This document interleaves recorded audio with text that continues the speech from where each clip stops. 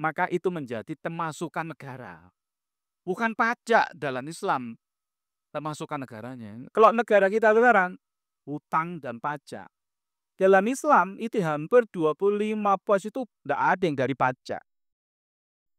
Zakat pun bukan untuk administrasi negara, bahkan itu untuk 8 golongan. Jelas sudah. Semua umat Rasulullah yang syahadat, itu insya Allah.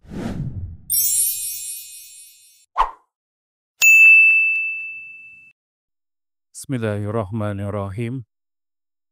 Assalamualaikum warahmatullahi wabarakatuh. Innal hamdalillah nahmaduhu wa nasta'inuhu wa nastaghfiruh. Wa na'udzu billahi min syururi anfusina wa min sayyiati a'malina. May yahdihillahu fala mudhillalah wa may yudlil fala hadiyalah. Wassalatu wassalamu ala Rasulillah sahibi risalah. Rabbi shrah li sadri wa yassir li amri wahlul 'uqdatam min lisani yafqahu qawli. Ayyuhal hadirunakumullah, di malam yang insyaallah barokah ini, di tempat yang mulia yang penuh keberkahan, kita mencoba untuk mengkaji, mengenali junjungan kita Rasulullah Muhammad sallallahu alaihi wasallam, dengan harapan setelah kita kenal, kita memahami posisi beliau, maka kita bersemangat untuk mengikuti jejak beliau. Sehingga di episode 270, kita kasih tema keistimewaan manusia istimewa. Allah punya makhluk yang namanya manusia, itu mulia. Kemudian yang membuat manusia hina itu bukan karena Allah, tapi karena dirinya sendiri.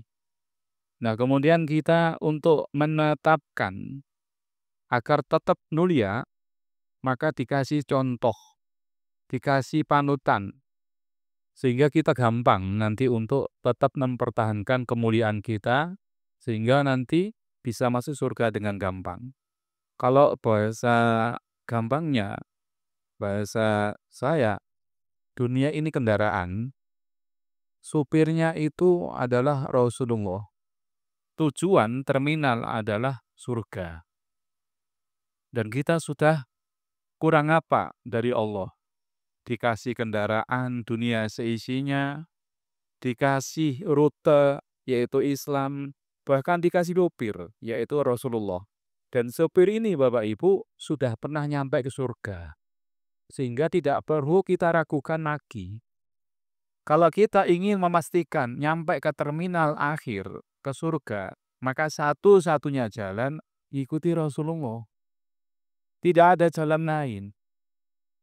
Maka keharusan, bahkan kewajiban bagi kita untuk mengenali, meneladani, bahkan hidup mati untuk Rasulullah Muhammad SAW. Bapak Ibu, ada hadis yang disampaikan oleh Ibnu Katsir dalam sirah beliau. Sirah itu kitab tentang perjalanan Rasulullah, hidup Rasulullah. Ibnu Katsir menyebutkan beberapa keistimewaan Rasulullah berdasarkan hadis Nabi sendiri. Hadis ini Bapak Ibu saya dapati ketika saya menyampaikan bab tayamum.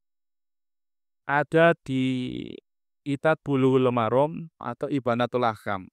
Kalau malam, sekarang malam Selasa, malam Rabu, biasanya saya ngampu kajian Bulughul Maram sama sarahnya sekalian, yaitu Ibanatul Ahkam.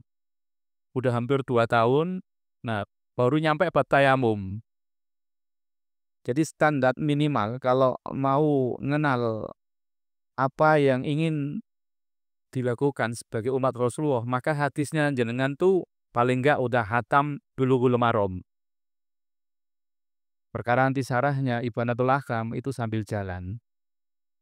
Kalau Qur'annya minimal Jalalain atau Ibnu Katsir gitu. Nah, di sini ada jamaah yang tiap hari itu membaca Al-Qur'an sama terjemah. Kalau tidak paham langsung dialog sama saya. Nah, saya jawabnya gampang karena di rumah ada tafsir Ibnu Katsir. Maka saya sarankan kalau Mohon maaf, kita ingin benar-benar nyampe ke terminal surga, Quran itu panduan, ada juga hadis. Nah, kalau Qurannya, monggo dibaca sama terjemahnya, sama tafsirnya. Loh hadisnya, maling nggak? Itu bulu-bulu marum. Dasar sekali. Nah, di sarahnya itu ada namanya kitab Ibanatul Ahkam. Ketika saya membahas bab tayamum, muncul hadis ini. Maka saya sampaikan tuh. Pada ibu, hadis tersebut, Ukti Tuhan San. Rasulullah bersabda, aku, kata Rasulullah, diberikan 5 perkara lam yu'tahunna ahadun min anbiya qabli. Yang 5 perkara tersebut belum pernah dikasihkan kepada para nabi sebelumku. Artinya, tidak akan Allah pernah kasihkan kepada semua nabi kecuali Rasulullah. Berarti istimewa. Ada 5 perkara.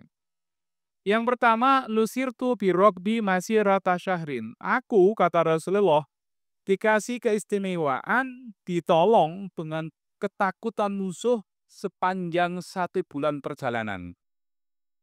Nanti kita sarai. Yang pertama, Rasul dikasih keistimewaan. Beliau itu ditakuti musuh.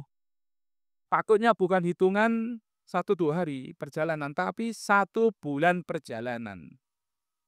Kenapa kok menggunakan 1 bulan? Karena jarak terjauh zaman dahulu yang menjadi target untuk diislamkan Rasulullah itu 1 bulan. Persia itu ada di Iran. Itu dari Madinah ke Persia, Iran itu sekitar 1 bulan kalau menggunakan unta. Kalau sekarang hitungan jam sudah. 1. Yang kedua, waju'ilat li al-ardu masjidan wa tahuron.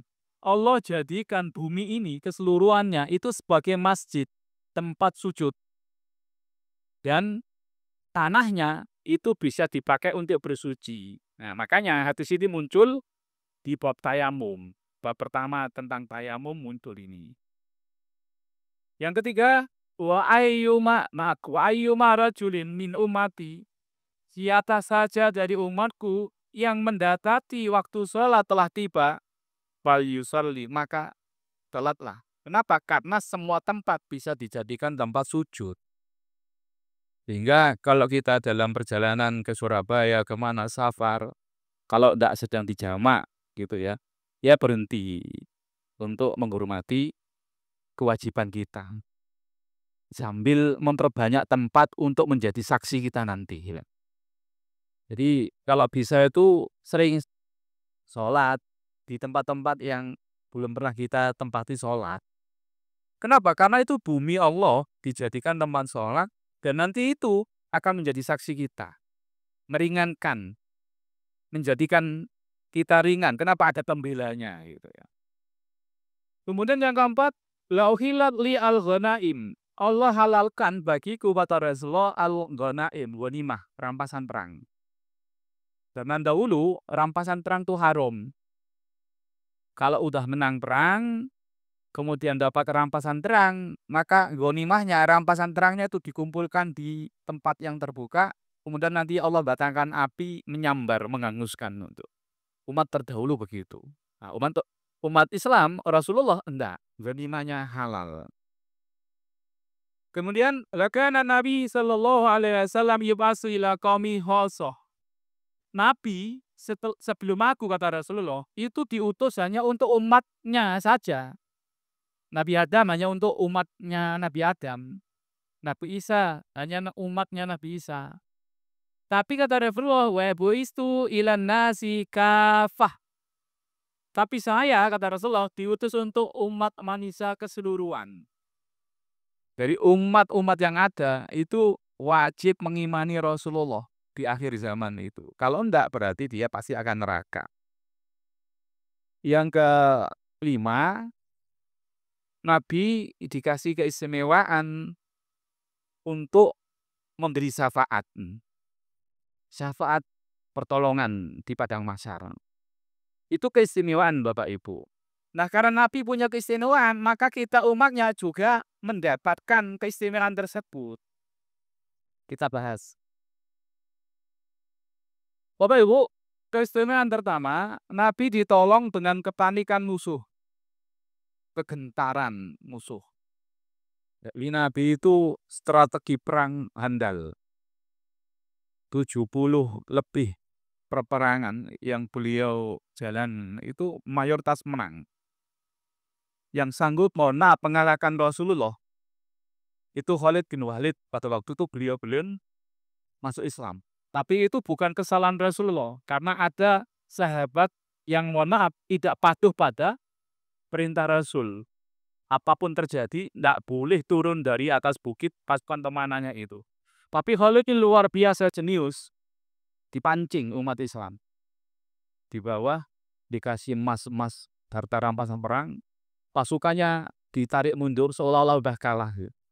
Ketika yang di atas bukit itu turun, dan itu sebenarnya tidak semua, hanya beberapa pasukan saja. Itu kemudian jadi berbalik arah. Pasukan Islam yang di atas angin kemudian ditelikung oleh Khalid bin Walid. Yang naik ke atas bukit adalah pasukan Khalid, dihujani panah sehingga Nabi di perang Uhud tersebut sampai mohon maaf gigi beliau ada yang tanggal. Hanya itu beliau kalah. Tapi bukan karena Rasulullah yang kalau ngikuti perintah Rasul dijamin pasti menang.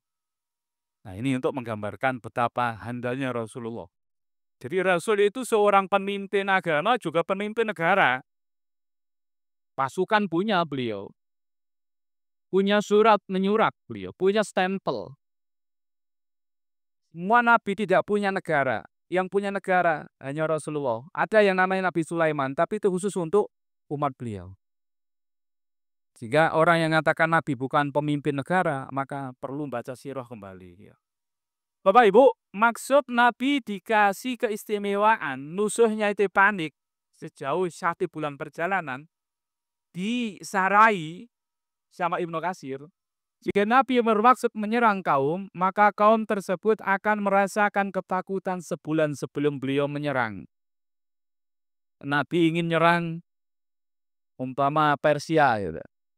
Maka negara Persia itu sudah takut dulu, sudah was-was, sudah gentar. Imam Al-Aini berkata, wa nasrullahi ta'ala iyahu.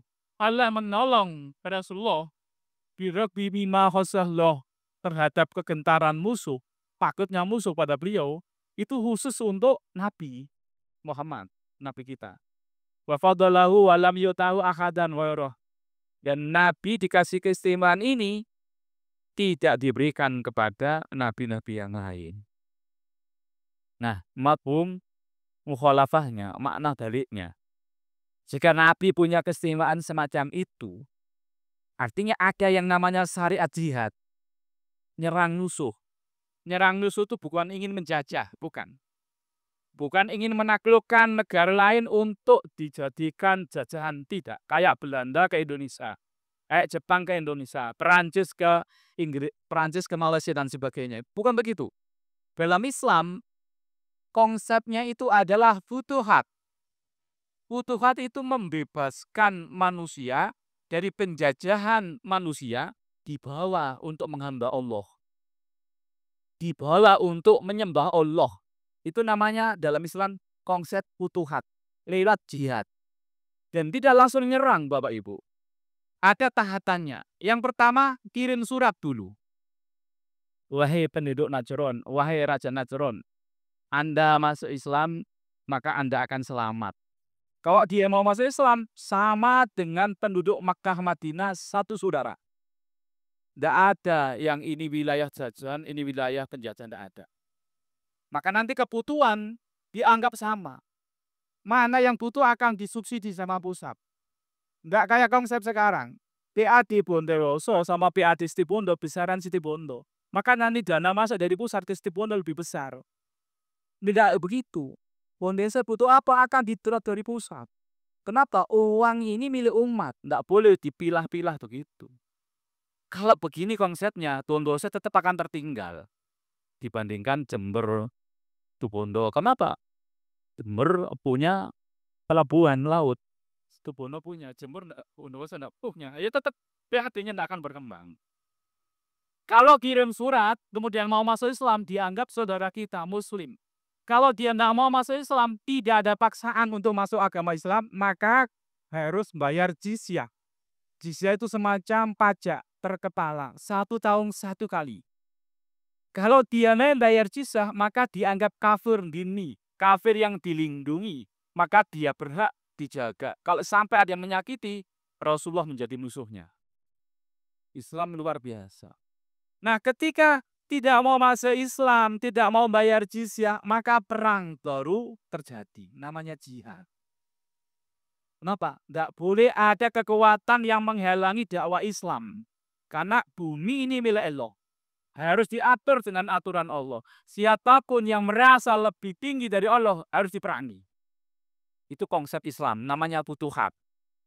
Dan ini Bapak Ibu, 1/5 nanti itu milik Rasulullah dan Allah. Dalam Islam, kalau sekarang Rasul sudah meninggal, maka itu menjadi pemasukan negara. Bukan pajak dalam Islam, pemasukan negaranya. Kalau negara kita sekarang, hutang dan pajak. Dalam Islam, itu hampir 25 pos itu tidak ada yang dari pajak. Zakat pun bukan untuk administrasi negara, zakat untuk 8 golongan. Jelas, sudah. Nah, saya balik ke sini, jika Nabi punya keistimewaan, membuat musuhnya gentar. Sebenarnya kita sekarang sanggup membuat umat non-Islam itu gentar. Tapi dibalik kan sekarang. Kita nunduk-nunduk kepada orang non-Islam. Takutnya minta ampun gitu. Contoh yang paling gampang, hutang kita berapa? 10.000 triliun. Sampai mati pun, sampai kiamat tidak akan bisa bayar hutang kita. 1 bulan, 1 tahun itu ratusan miliar yang harus dibayar, itu baru bunganya. Kenapa? Karena kita tidak menggunakan Islam, hukum Allah, aturan Allah. Maka kita tidak ditakuti musuh, kita malah menjadi bulan-bulanannya musuh. Sehingga keistimewaan ini tidak ada sekarang di diri kita. Kalau ingin mulia, ingin kita dianggap gagah perkasa, maka harus kembali kepada Islam.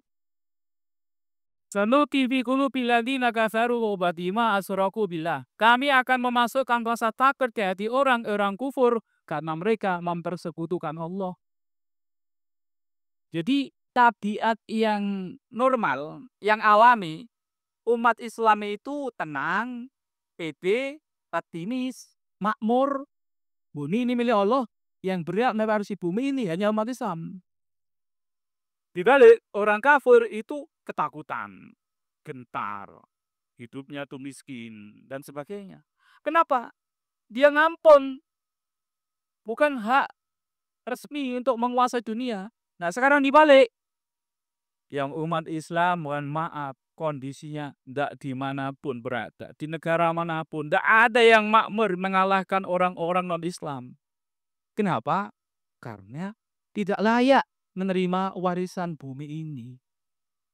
Kenapa tidak layak? Tidak mau ikuti aturan yang punya tanah, punya bumi ini. Pakai aturannya dia sendiri. Maka yang punya bumi marah. Tidak dikasih kekuasaan. Ini yang pertama, tidak ada dalam diri kita. Apa akibat yang paling fatal bagi kita ini secara individu? Kalau jihad itu urusan negara. Kita tidak boleh sekarang jihad. Kenapa? Jihad itu harus dikomandani oleh panglima tertinggi. Siapa panglima tertinggi? Ya pimpinan tertinggi. Kalau kita kenal dalam dunia kita, presiden adalah panglima tertinggi. Dalam Islam, panglima tertinggi ya khalifah, yang berhak mengumandangkan jihad ya khalifah. Sekarang tidak ada, maka tidak ada jihad sekarang. Kalau udah tidak ada jihad, nah kita kena ancaman ini. Man mata walam yakzu walam yuhatis natsahu bi ghasbin mata ala syu'abati minan nifaq.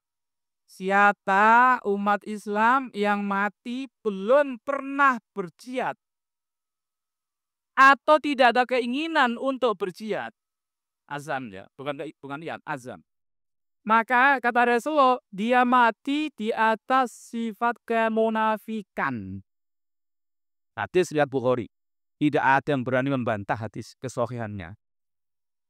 Jadi kita wajib punya azam untuk berjihad. Sama dengan orang beriman kalau sudah balik wajib punya azam untuk naik haji. Karena itu kewajiban. Sama ketika adzan dikumandangkan ada keharusan untuk ingin sholat. Artinya begini, ketika adzan Isya dikumandangkan ntar lagi, maka dalam hati saya harus ada keinginan untuk melakukan sholat Isya. Itu namanya azam. Karena waktu sholat Isya itu panjang sampai jam kita jam 4 lebih. Ya. Maka saya lakukan nanti di jam 3 boleh, tidak masalah. Yang penting di awal waktu saya harus punya keinginan untuk menunaikan kewajiban sholat Isya. Saya tangkap nih. Ketika sudah balik wajib untuk menunaikan haji.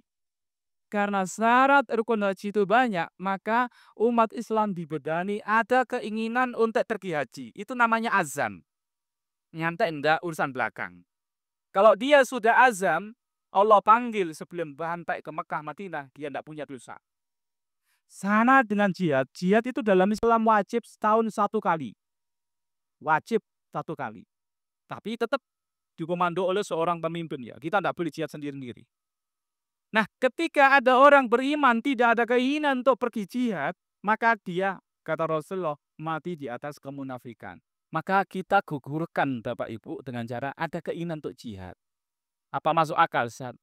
Masuk akal, tidak masuk akal, tulisan belakang. Yang penting kita gugurkan kewajiban kita agar kita bebas dari mati kemunafikan.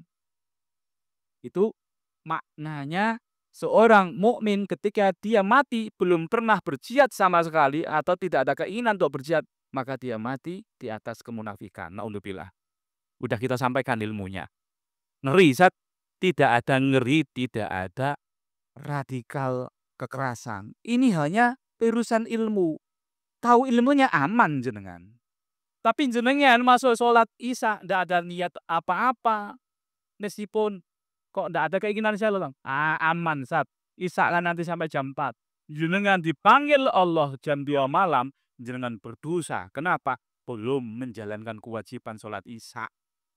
Berbeda ketika jenengan tidak ada azam, jenengan sibuk ngurusi yang lain, itu umpama meninggal, dosanya tidak sebesar dosa ketika jenengan tidak ada keinginan. Sama dengan ibu-ibu, kalau jenengan sudah masuk waktu, segera tolak. Kenapa?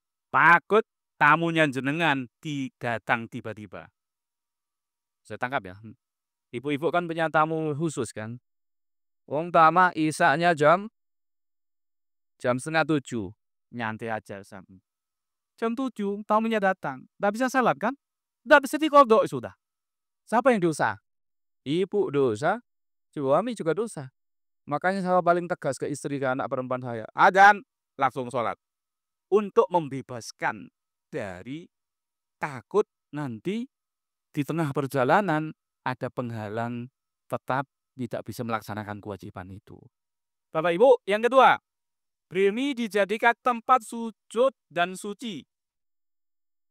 Ini keistimewaan umat Rasulullah.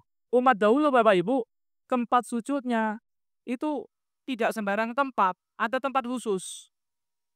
Nabi Adam sama Ibunda Hawa ketika bermasalah turun, itu taubatnya harus apa? Umat Nabi Musa ketika bajunya kena najis, tidak bisa dicuci, harus dipotong. Nah, umat Rasulullah dikasih keistimewaan, tanah dimanapun ada, itu bisa dijadikan masjid. Masjid itu tempat sujud.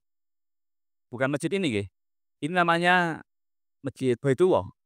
Kalau masjid di sini maknanya itu tempat sujud. Saya pernah menyampaikan ke jenengan, seharusnya di rumah jenengan itu ada masjid mini gitu. Jenengan kalau sholat sunnah itu di tempat itu. Untuk apa? Ya untuk mendinginkan suasana rumah jenengan sehingga tidak menjadi kuburan, baca Quran di situ. Yang kedua, kata Rasulullah, tanah ini tadinya itu bisa untuk menjadi alat bersuci. Alat bersuci yang pertama air, yang kedua adalah debu. Makanya sekali lagi ini ada di tayamum di Ibanatul Ahkam. Ini Bapak Ibu hanya ada di umat Rasulullah, tidak ada di umat sebelum Nabi Muhammad. Jadi istimewa benar kita, dipermudah hidup kita. Nggak ada air, kudu. Maaf, nggak ada air, tayamum udah selesai. Jadi tidak ada alasan tidak sholat. Yang ketiga Bapak Ibu, dihalalkan harta rampasan perang. Yang ini hanya khusus untuk Nabi Muhammad. Dan akan berlangsung sampai kiamat. Kapan itu? Ya ketika umat Islam mau berjihad kembali. Karena rampasan perang Bapak Ibu itu muncul gara-gara ada keterangan. Perang itu dijauhi, tapi keniscayaan. Kenapa harus terjadi? Karena memang handanya Allah itu serius kan tunduk pada Allah. Kalau ada hamba Allah tidak tunduk, ya diperangi. Siapa yang memerangi? Ya umat Islam. Umat Islam ini Bapak Ibu pewaris tunggal ini. Umat Islam ini adalah khalifah. Khalifah itu penggantinya Allah. Allah itu punya yang namanya bumi. Tidak mungkin Allah ngatur langsung. Maka Allah wakilkan kepada umat Islam. Jadi yang layak, yang berhak ngatur bumi seisinya ini adalah umat Islam. Bukan orang kafir. Orang kafir itu, mohon maaf, tidak pernah ngerti tentang dirinya sendiri. Dawuhnya Kiai itu tegas. Ada ormas nundang, mohon maaf, Yahudi untuk jadi narasumber. Gimana Kiai? Ngelus dada deh, ya Allah. Ada orang Islam belajar kepada orang yang junub gitu loh. Orang non-Islam itu kan, mohon maaf, kan najis terus kan. Junub, tidak pernah mandi kan. Lah kok kita bisa belajar ke mereka? Itu saking rendahnya kita umat Islam. Tidak pede. Tidak ada keinginan untuk memuliakan dirinya sendiri. Yang ada apa? Menghamba, menunduk-nunduk kepada Yahudi, pada Nasoro. Padahal mereka itu mohon maaf ada Pak Ibu. Itu najis. Bahasa kasarnya Al-Quran itu najis. Gimana tidak najis? Istinjaknya tidak beres. Kata besarnya tidak pernah diselesaikan dengan benar. Kita ini melia Bapak Ibu. Jangan sampai karena kita mohon maaf secara jabatan, secara dunia itu kalah dengan mereka, kemudian kita nunduk. Jangan. Kenapa? Kita mulia di hadapan Allah. Kalau tidak kita sendiri yang memuliakan, siapa yang mengangkat derajat kita? Kita yakin kita di hadapan Allah mulia. Orang lain meskipun kekayaannya luar biasa, jabatannya luar biasa, dia pegang kedudukan dan sebagainya, itu mohon maaf, kapanpun diambil, habis sudah. Cukup nanang talau. Apa yang terjadi? Indonesia saksikan. Habis semua kekayaannya. Habis jabatannya, dipecat. Dinonaktifkan, bukan dipecat. Anggota DPR kalau dinonaktifkan itu tetap dia terima gaji. Hanya dia tidak akan terlibat di perangkatan untuk dewan itu. Tetap dia dapat gaji. Gara-gara ngomong talol. Allah kalau mengambil ganteng sekali. Jadi itu tidak boleh dijadikan sandaran bahwasanya kita tuh mulia. Tidak boleh. Kita mulia kenapa? Karena beriman kepada Allah. Alladzina qalu innallaha ahida ilaina alla nu'mina li rasulin hatta yatina bi qurbanin ta'kulun nar. Umat dahulu kalau perang, menang, dapat rampasan perang berupa harta, jarahan dan sebagainya, maka wajib dikumpulkan di sebuah tempat yang lapang. Kalau udah terkumpul semua, api diutus sama Allah untuk menghanguskan. Selesai sudah. Itu barang milik Allah diambil lagi sama Allah. Dibakar sama Allah. Berbeda dengan umat Rasulullah. Maka ada syariat namanya Al-Anfal, yaitu ghanimah. Itu seperlimanya milik Allah dan Rasul. Kalau sekarang itu milik negara. Jadi negara itu biar ada pemasukan, ya harus ada jihad. Kalau tidak ada jihad, tidak ada pemasukan. Kenapa? Karena syariatnya begitu. Sangat berbalik 100 bahkan 360 derajat. Tadi kita sampaikan, rata-rata negara di dunia sekarang itu penghasilannya kan 2. Pajak tidak cukup, naikkan, tidak mungkin, hutang. Dan nanti akan dibikin seimbang. Saya mantan bendahara 13 tahun. Dalam tumbuhan tidak pernah ada untung, tidak pernah ada rugi. Imbang terus. Jadi kalau jenengan berharap negara ini dapat keuntungan, tidak mungkin. Kenapa? Karena pembukuannya tuh bikin imbang terus. Kalau kurang, hutang lagi terus begitu. Makanya sampai kiamat tidak akan bisa selesai. Kenapa? Yang dipakai bukan aturan Allah. Coba jenengan perhatikan. Anggota DPR MPR suruh ngurusi urusan rakyat undang-undang. 3 tahun tidak selesai undang-undang itu. Kenapa? Semakin sering rapat, semakin banyak uang sangu. Tapi suruh ngurusi gaji mereka, 1 malam selesai.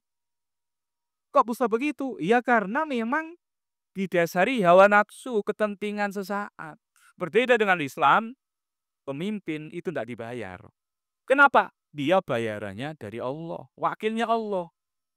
Bukan dunia. Hanya dikasih tunjangan. Bukan dijadikan mata pencaharian, begitu tidak.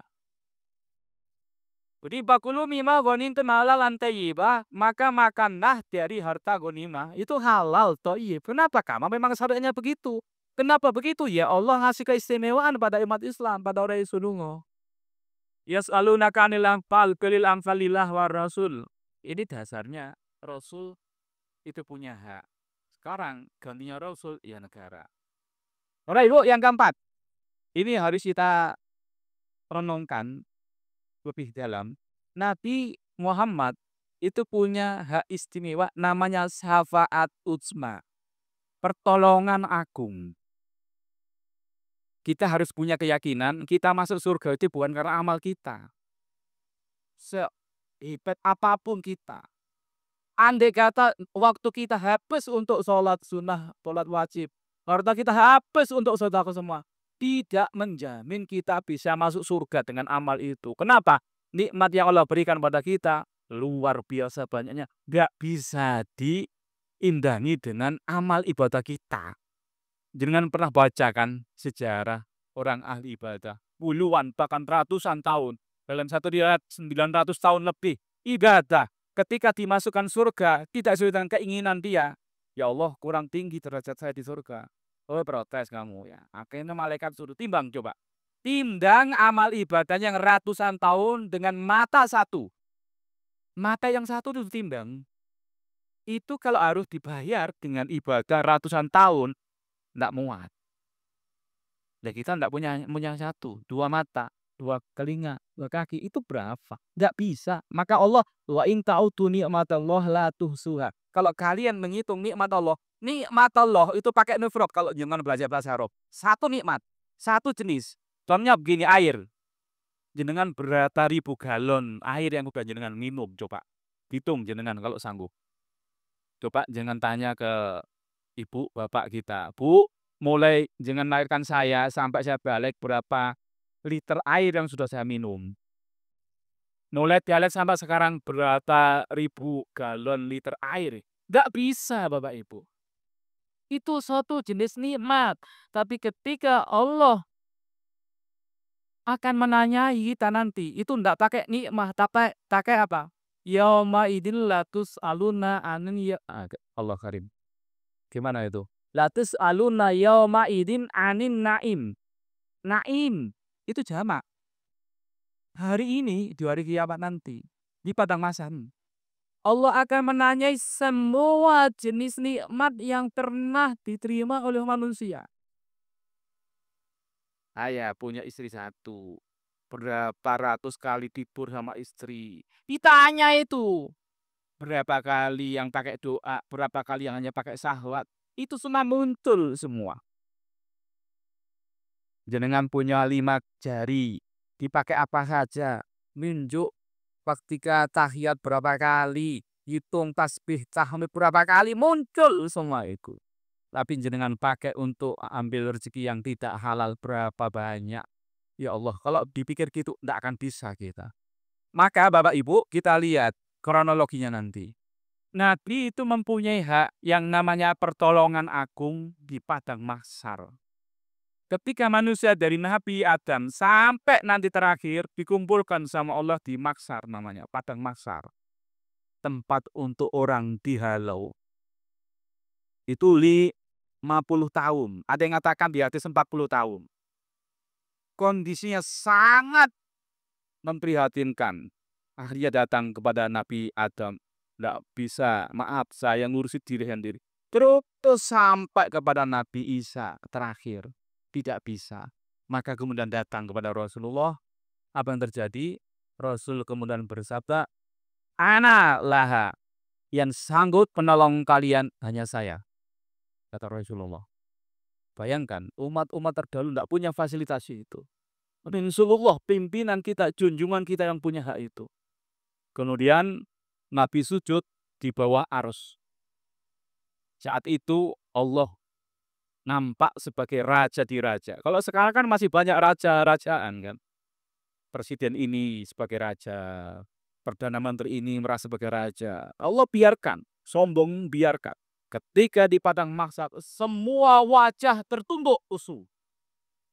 Yang alim, yang jahil, yang soleh, yang banyak maksiat, yang raja waktu di dunia, yang tata waktu ini, semua sama kondisinya. Tertunduk lesu. Kenapa? Jenengan bisa bayangkan, matahari itu dekatnya 1 mil. Tidak ada naungan sama sekali. Ketika semua sudah datang untuk disegerakan hisab, diaudit sama Allah, maka Rasul yang sanggup membantu, Nabi sujud. Lama sekali minta bermunajat pada Allah. Sehingga ketika sudah dianggap cukup permintaan Rasul pada Allah, muncul suara dari Allah. Ya Muhammad, wahai Muhammad, urfa ra'sak, angkat wajahmu. Wasal do'to, mintalah kamu akan aku beri.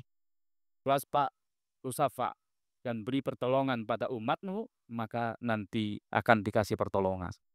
Itu Bapak Ibu akan diberikan kepada kita pertama kali sebelum umat yang lain. Asalkan kita punya modal. Yahya mengatakan orang nanti akan dikasih pertolongan itu kalau dia bawa nodal.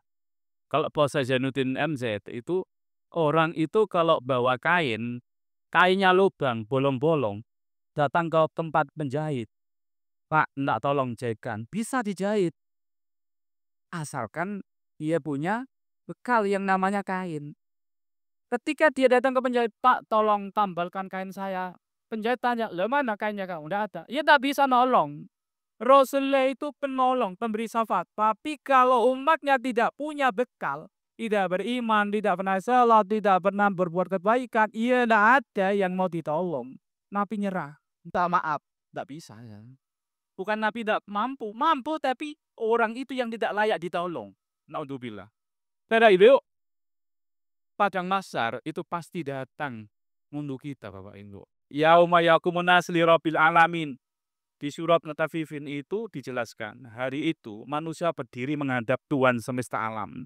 Kita akan berhadapan sama Allah. Yakin pasti akan terjadi. Tidak mungkin. Al-Hafidz Ibnu Katsir menerangkan kondisi berdunia mereka pada waktu itu, pasirnya. Mereka berdiri dalam keadaan tidak beralas kaki.